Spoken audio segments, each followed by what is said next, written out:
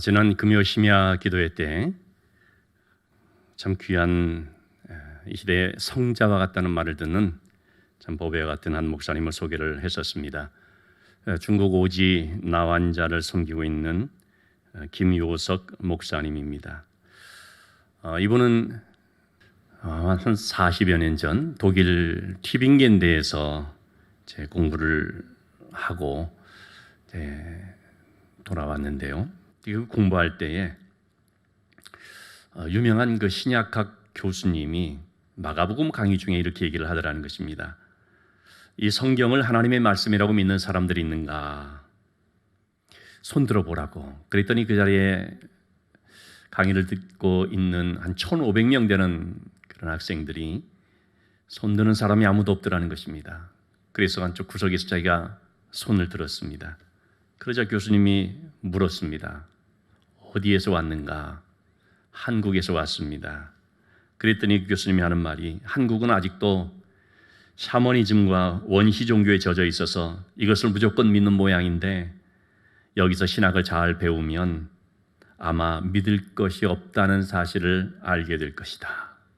참 황당한 얘기를 하는 것이죠. 그런데 그것이 바로 당시 독일 신학계 혹은 신학교에서 가르치는 그런 모습들이었습니다. 그 위에 세미나에서 또 이 교수님과 부딪히게 됐습니다. 하나님이 살아계신데 그게 성경은 하나님의 말씀인데 그렇게 얘기를 했더니 그것은 자네의 고집이고 그러면서 하는 말이 뭐냐면 하나님이 살아계시다고 하는데 그럼 그 하나님을 만나본 적이 있는가? 하나님을 대면해 본 적이 있을 것이 아닌가? 손이라도 한번 잡아봤을 것이 아닌가? 어떻게 생겼는가라고 묻더라는 것입니다. 거기에 대해서 아무 말도 할 수 없었습니다. 그리 있고 나서 이제 귀국을 하게 됐습니다. 그리고 한 신학교에서 강의를 했는데 그때 그 자리에 있던 한 연세 드신 목사님이 끝나고 나서 이렇게 얘기를 하더라는 것입니다. 당신의 그 강의를 보니까 학문적으로는 참 훌륭한데 뭔가 공허하다는 거죠. 뭔가가 빠져 있다는 것입니다. 왜 그런가 봤더니 주님을 만난 체험이 없다는 것입니다. 그러니까 이론뿐이고 실제가 없는 것이죠. 그래서 물었습니다. 어떻게 하면 주님을 체험할 수가 있습니까? 그러자 목사님이 이렇게 얘기했습니다. 목회를 한번 해보면 어떻겠습니까? 약 1년 정도의 그런 기간을 갖고 목회를 하기로 했습니다. 그래서 소개를 받고 가게 된 곳이 바로 전라남도 영암군 나환자들이 모여 있는 교회인 영호교회라는 곳이었습니다. 예배 시간에 있어서 성도들을 보니 전부 다 성한 사람이 없는 것이죠. 나병으로 인해서 코가 없고 입이 좀 비뚤어져 있고 어디가 문드러져 있고 그러한 이제 성도들을 바라보고 끝난 후에 첫 예배니까 그래도 인사는 해야겠다 싶어서 광고를 했습니다. 끝나고 제가 인사를 나누도록 하겠습니다. 그랬더니 밖으로 이 성도님들이 쭉 도열해 있는 것입니다. 끝나고 가서 인사를 하게 되면서 악수를 했습니다. 그때 한 할머니가 반토막밖에 남지 않으니 손바닥이 반토막밖에 안 된 그 손으로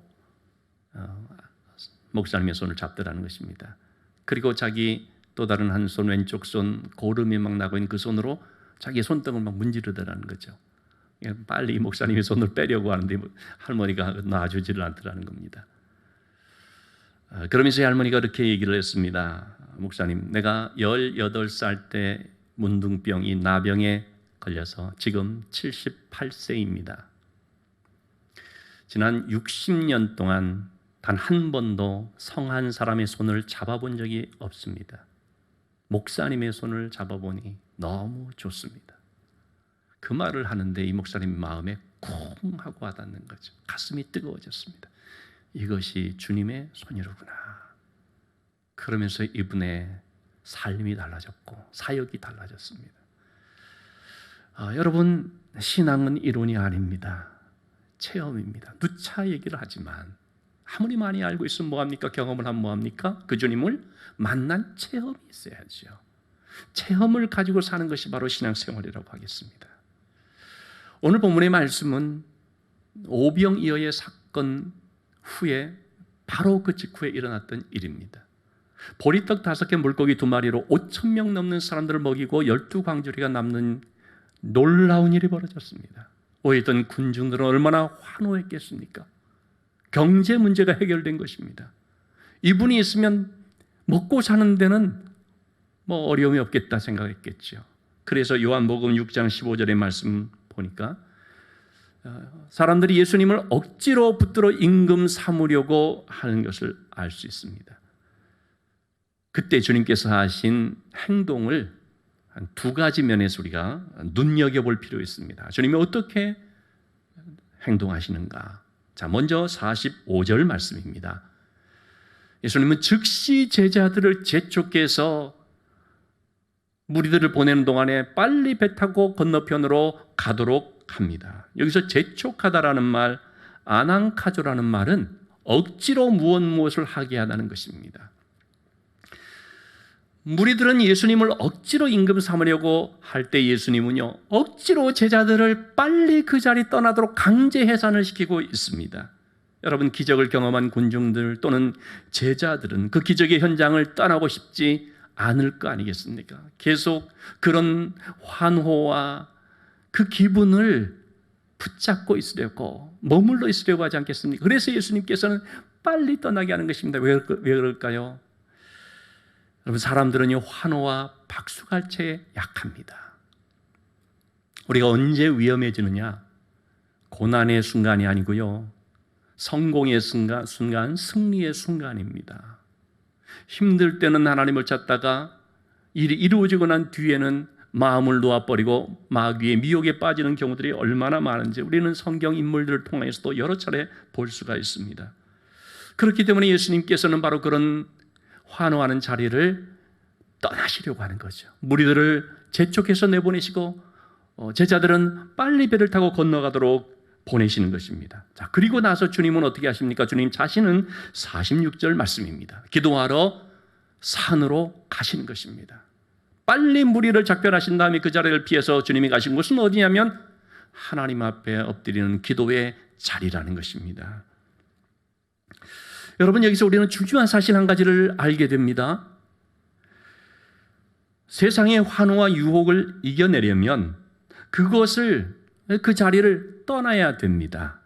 그렇죠? 그런데 여러분, 떠난다고 다 되는 것이 아니라는 것입니다. 떠나고 나서 그리고 어디로 가야 됩니까? 하나님께로 가야 됩니다.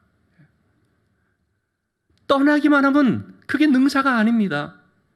피한다고 해서 내 안에 있는 능력, 내 안에 있는 어떤 탐욕, 세상의 욕망이 사라지는 것이 아닙니다. 그 자리는 떠났을지 모르지만 여전히 내 마음 가운데 있으면서 나를 따라다니지 않습니까?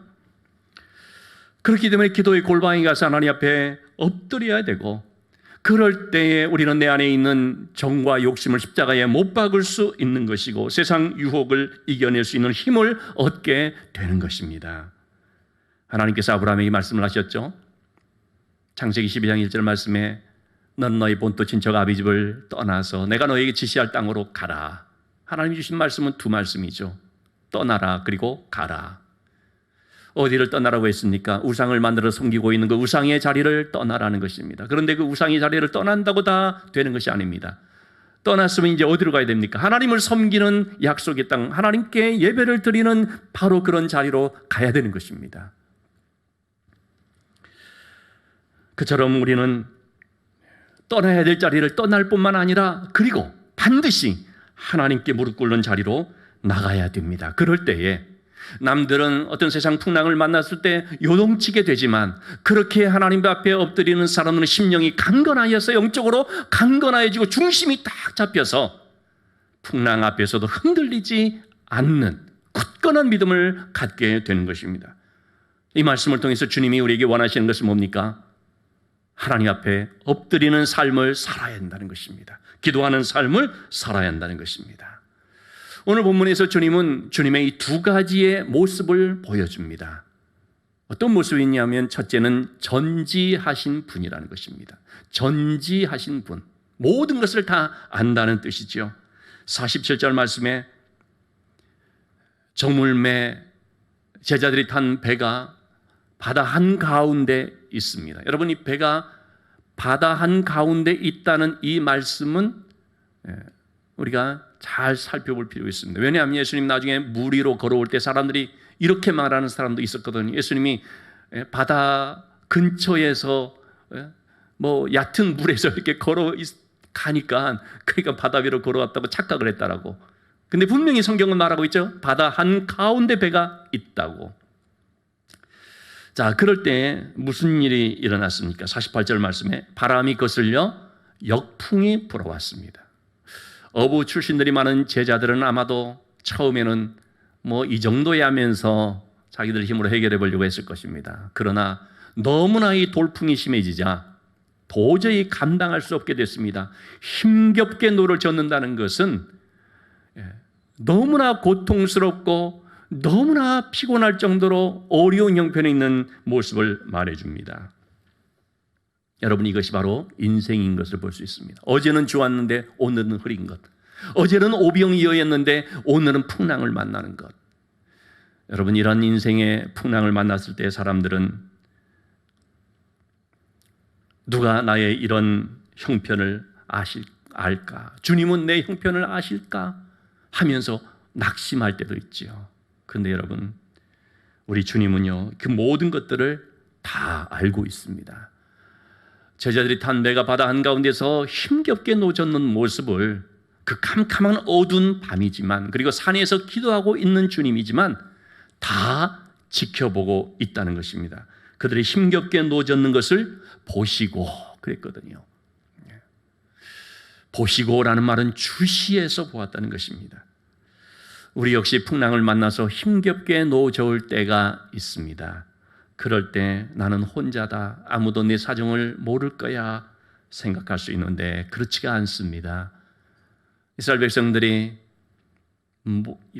바로의 그 종살이를 하면서 애굽 땅에서 신음하고 있을 때에 출애굽기 3장 7절 말씀에 나오는 것처럼 하나님께서는 그 백성들의 고통을 분명히 보고 그들이 부르짖고 있는 소리를 듣고 그 근심을 알고 라고 말씀하십니다. 그래서 모세를 부르신 것이고 그들에게 보낸 것이죠. 이처럼 하나님께서는 보고 있고요, 듣고 있고요, 알고 있는 것입니다. 내 모든 형편 잘 아는 주님, 찬송가 가사처럼 우리 주님은 어떤 고통 속에 우리가 처해 있는지, 얼마나 힘겹게 지금 노를 젓고 있는지, 또 그 속에서 어떻게 믿음으로 살려고 애쓰고 있는지를 다 알고 있는 것입니다. 심지어는요, 내 안에 있는 나도 모르고 있던 것까지, 감춰진 것까지도 우리 주님께서는 다 아시는 것입니다. 제가 작년에 정기검진을 하면서 심혈관을 검사받게 됐는데 혈관이 좁혀져 있는 것을 발견하게 됐고, 그래서 아시는 것처럼 그 시술을 통해서 그것을 조치를 했습니다. 저에게 분명히 어떤 증상이나 통증이 있었을 텐데 몰랐냐고 하는데 제가 전혀 몰랐거든요. 좀 둔해서 그랬는지 몰랐던 것입니다. 그냥 그들이 있었으면 언제 어떻게 될지 모르는 상황이었죠. 하나님께서 아시기 때문에 그것을 발견하게 하시는 것이죠. 최근에 우리 성도님들 중에 여러분에게 그런 일들이 있었습니다. 어떤 분은 검진을 하면서 아직 암으로 발전되지 않았는데 그 직전의 단계에서 발견이 됐습니다. 그래서 잘 조치를 했습니다. 또 어떤 분은 발견을 했는데 영기, 그래서 이제 수술 받고 약간의 그런 항암 치료를 앞두고 있습니다. 또 어떤 경우에는 자녀 때문에 병원에 가서 자녀의 그것을 살펴보기 위해 병원에 갔는데 온 김에 나도 좀 한번 볼까 해서 동네 병원에 가서 봤는데 거기에서 감춰진 어떤 종양이 있는 것이 발견이 돼서 조직 검사를 앞두고 있기도 합니다. 그러한 것들을 보면서 느껴지는 것이 뭡니까? 우리는 모르고 있었는데 하나님은 아시기 때문에 때가 되었을 때 그것을 발견케 해주신다는 것입니다. 그걸 통해서 우리는 모든 것을 아시는 하나님이 나의 하나님이란 사실을 깨닫게 됩니다. 자, 이러한 모든 것을 아시는 주님, 전지하신 분이라고 했습니다. 그런데 그 주님은 또한 전능하신 분입니다. 능치 못함이 없으신 분입니다. 제자들이 힘겹게 노젓는 것을 주님은 아셨고 보셨는데 알고 보고만 있는 것이 아닙니다. 찾아가십니다. 그리고 도와주십니다. 주님이 언제 제자들에게로 가셨습니까? 밤 사경. 이 시간은 새벽 한 서너 시를 말합니다. 깊은 밤중, 새벽이 밝아오기 전 칠흑같이 어두운 밤의 시간. 네, 여러분, 이게 주님의 시간입니다. 우리는 내 시간에 주님이 맞춰주기를 원합니다. 주님, 올 거면 이왕 올 거면 빨리 좀 오시지. 불안초조하지 않게 빨리 좀 오시지라고 생각을 하는데 주님의 시간은 그렇지가 않습니다. 가장 어두운 밤의 시간이 주님의 시간인 것입니다. 왜 그렇습니까? 내 힘으로 안 된다는 사실을 절실히 깨닫게 되었을 때 그때 주님이 찾아오는 것이죠. 그래서 하나님이 일하시는 것을 포기하기 위해서 모든 것이 우연이 아니라 하나님께서 역사하신 것임을 알게 하기 위해서, 그러므로 하나님만을 의지하게 하기 위해서인 것입니다. 하나님께서 미디안과 싸우도록 기드온을 부르셨고 군사들을 모집했습니다. 미디안에 13만 5천 명쯤 되는 군사들을 앞에 두고 이스라엘 병사들이 모집이 됐는데 불과 3만 2천 명. 이거는 비교할 수 없는 숫자죠. 그런데 하나님께서 기드온에게 하신 말씀이 뭡니까? 너무 많다는 것입니다. 아니 지금 10만 명이나 더 적은 숫자인데 그게 뭐가 많습니까 싶은데 하나님이 하신 말씀은 그런 것이었죠. 우리가 우리의 힘으로 이겼다 할까 싶어서 돌려보내라. 300명만 남고 다 돌려보내겠습니다. 3만 명 정도로 싸워 이기면 그래도 우리가 나름 실력이 있어서 했지 않느냐라고 말할 수 있기 때문에 도무지 우리의 힘으로 이길 수 없다라고 할 수 있는 그 숫자까지 줄여버리시는 것입니다. 300명. 그렇게 하나님께서는 마지막까지 정말 밑바닥에 내려갈 때까지 기다리신 거죠. 그래서 어떤 일들이 이루어졌을 때 이건 하나님께서 하셨다. 하나님이 도와주셨다는 사실을 고백하지 않을 수 없게끔 하는 것입니다. 부자는 천국에 들어가기가 어렵다는 말씀이 있죠. 여러분, 이 말씀이 무슨 뜻일까요? 오늘날 교회는 꽤 그래도 돈이 있다는 분들 많이 나옵니다. 어떤 경우는 재벌이라는 분도 교회 다닙니다. 우리나라 다섯 손가락이 꼽히는 그런 재벌도 교회 잘 다닌다고 하지 않습니까? 부자가 왜 천국 가기 어렵다는 말을 하고 있을까요? 그것은 그 부자가 처한 환경 때문입니다.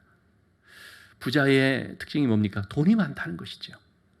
돈이 많기 때문에 부족함이 없다는 것입니다. 어떤 문제가 생기면 어떡합니까? 돈으로 해결하면 됩니다. 아픕니까? 첨단 병원에 가서 그 최고의 의료 장비를 가지고 치료하면 됩니다.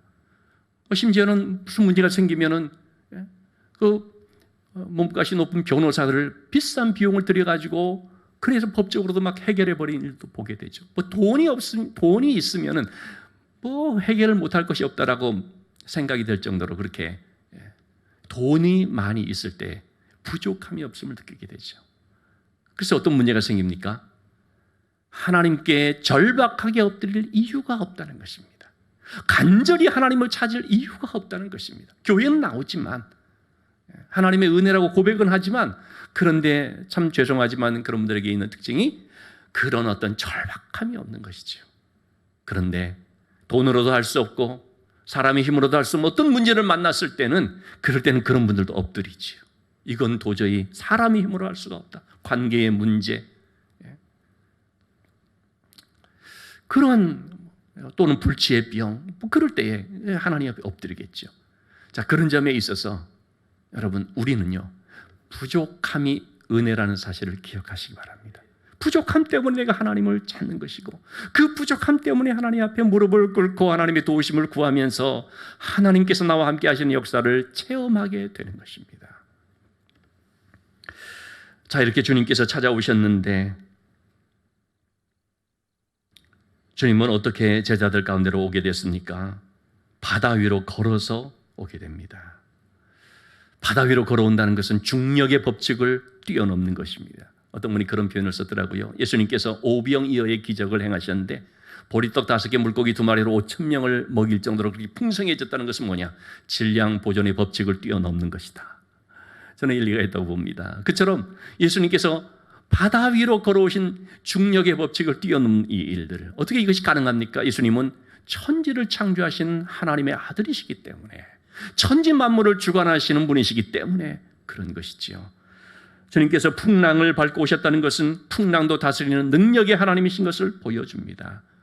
자, 그렇기 때문에 그분은 내 삶에 있는 어떤 풍랑도 주관하며 해결해 줄 수 있는 전지전능하신 분입니다. 우리가 이 주님을 믿어야 합니다.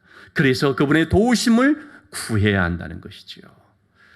자, 이렇게 주님께서 제자들을 찾아왔을 때 제자들의 반응이 나옵니다. 2가지의 반응을 우리가 살펴볼 수 있습니다.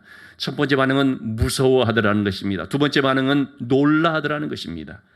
예수님께서 바다 위로 걸어오시는 것을 보고 49절 말씀입니다. 유령인가 하여서 소리를 지르니 무서워했다는 것입니다. 왜 그들이 무서워했습니까? 주님인 것을 몰랐기 때문입니다. 알았으면 안심했겠죠. 그러나 그 밤중에 오는 그 모습을 보고 유령인가? 여러분, 사람들은요, 귀신은 믿는데 주님은 잘 안 믿습니다. 점집에서 그 무당이 말하는 것은 잘 믿으면서 하나님의 말씀에 대해서는 잘 믿지 않는 모습이 있습니다. 교회 다니는 분들 중에서도. 안타까운 일이지 않습니까? 여러분, 우리가 누구를 믿어야 됩니까?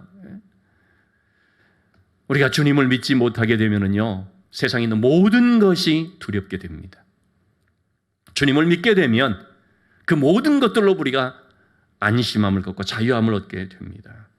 이렇게 무서워하는 제자들에게 주님이 주신 말씀이 뭡니까? 50절 말씀에 안심하라 내니 두려워 말라. 풍랑을 잔잔케 하고 그리고 나서 이 말씀을 하는 것이 아닙니다.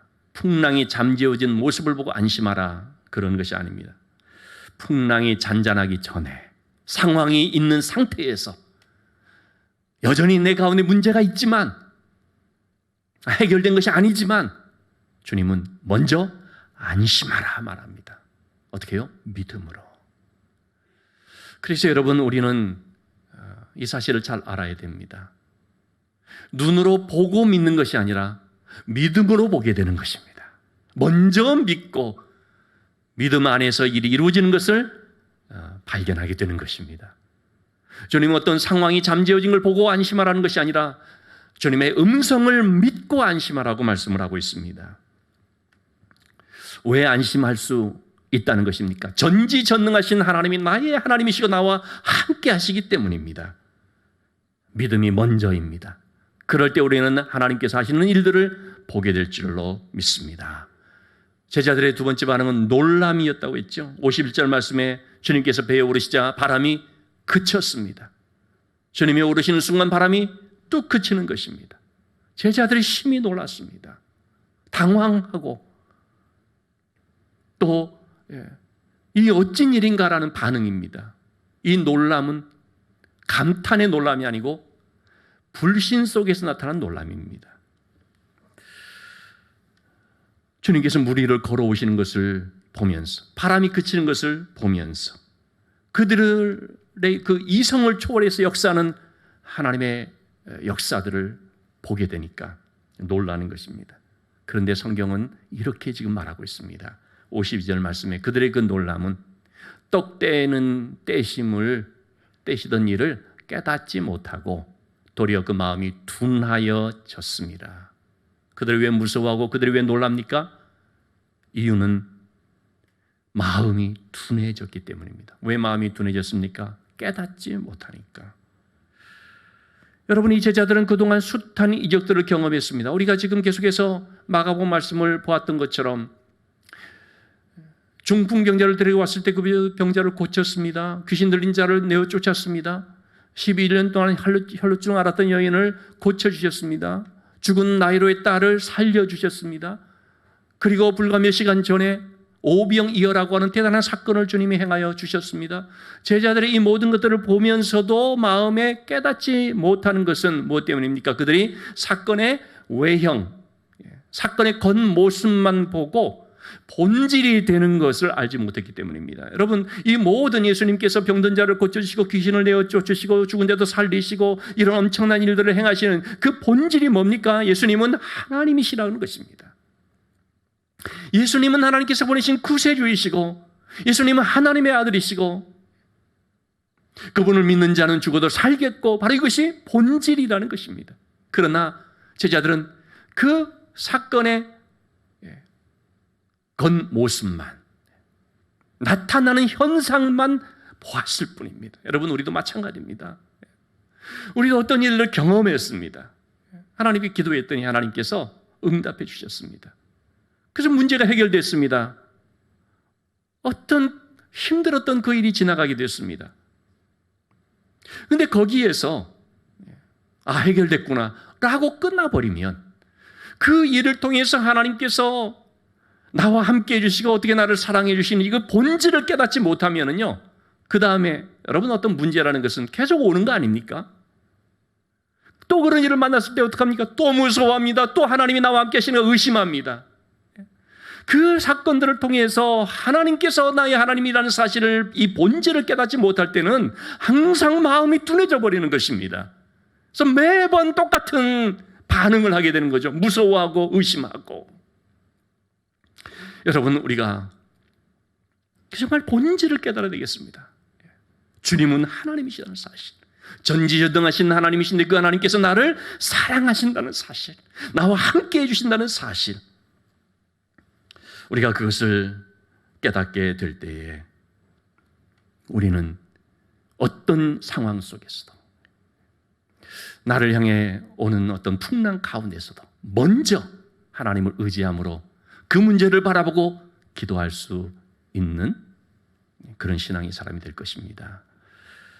여러분, 주님은요, 오늘 말씀에 보면 밤 사경에 바다 위로 걸어오셨는데 주님은 위기 때만 오시는 분이 아닙니다. 평소에는 가만히 있다가 어떤 문제가 생기고 내가 호출하면 오시는 그런 분이 아닙니다. 사실은 주님은 항상 우리와 함께 계시는 분입니다.